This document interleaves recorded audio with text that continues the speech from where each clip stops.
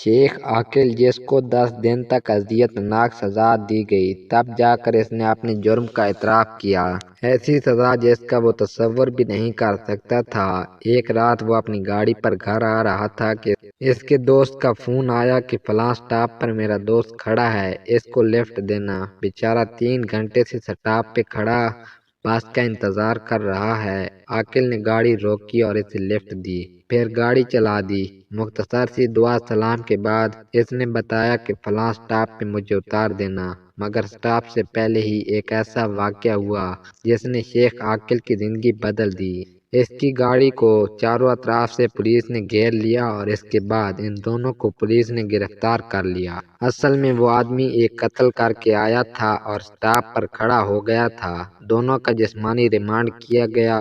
شیخ عاقل چیخ چیخ کر کہتا رہا کہ میں نے تو صرف اسے لفٹ دی، میرا کوئی قصور نہیں، مگر پولیس نے اپنی تفتیش مکمل کرنے کے لیے اور جرم کا اعتراف کروانے کے لیے دونوں کو ایک ساتھ مارنا شروع کر دیا۔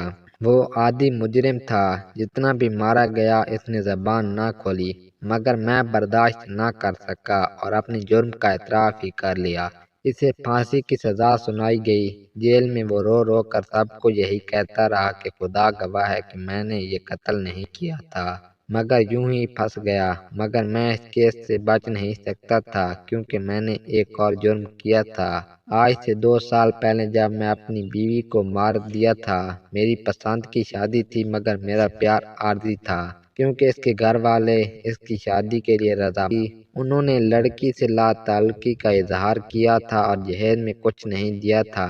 مجھے دل ہی دل میں اس بات کا بہت رنج تھا کہ لڑکی جہیز کے بنا بیاہ دی۔ شادی تو ہو گئی مگر آہستہ آہستہ اس سے بھرنے لگا۔ جب مجھے معلوم ہوا کہ میری بیوی حاملہ ہو چکی ہے، تب میں اسے مری میں سیر کرانے کے بہانے ٹرین میں لے گیا۔ یہ ایک لمبا سفر تھا، اسے ٹرین میں سفر کرنے کا شوق تھا۔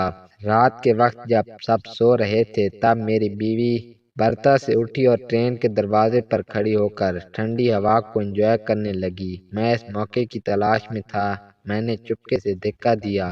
ٹرین کا شور اس کی چیخوں سے زیادہ تھا، اس لیے کسی کو کچھ پتہ نہ چل سکا۔ مجھے ایسے میں کوئی نہر یا دریا تھا کیونکہ اس کی لاش بھی کسی کے سامنے نہ آئی تھی ٹرین کے نیچے، یا پھر وہ ٹرین کے نیچے ٹکڑے ٹکڑے ہو چکی تھی کے باوجود کسی لاوارث لاش کا ذکر نہ ہوا۔ جب کافی عرصہ گزر گیا تو میں مکمل طور پر مطمئن ہو چکا تھا بس اب کسی کو اس قتل کے بارے میں پتہ نہیں چلے گا۔ میں اس واقعے کو بھول چکا تھا۔ اب مجھے رات کو نیند بھی آتی تھی مگر میں یہ بھول چکا تھا کہ ایک عدالت اللہ تعالیٰ کی جس سے بچ نہیں سکتا۔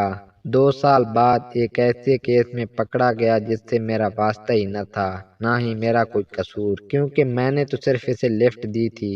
بعد میں وہ دوست جس نے لفٹ دینے کے لیے کہا تھا، وہ بھی مکر گیا کہ میں نے اس کو لفٹ دینے کے لیے نہیں کہا۔ اب تو اللہ سے دعا بھی نہیں کر سکتا تھا کیونکہ یہ سزا میرے لیے لکھ دی گئی، میں اس سے بچ نہیں سکتا۔ میرے انجام سے آپ لوگ سبق حاصل کریں اور کسی کو کمزور یا لاوارث سمجھ کر تکلیف پہنچانے سے پہلے 1000 بار سوچ لیں۔ میں نے بھی یہی سوچ کر لڑکی کی جان لی تھی کہ اس کا تو اپنا کوئی نہیں، نہ ہی مجھ سے کوئی پوچھے گا، مگر جس کا کوئی نہیں ہوتا اس کا خدا ہوتا ہے۔ اللہ تعالیٰ سے دعا ہے کہ وہ ہمیں نہ ظالم بنائے اور نہ ہی ظالم کے حوالے کرے۔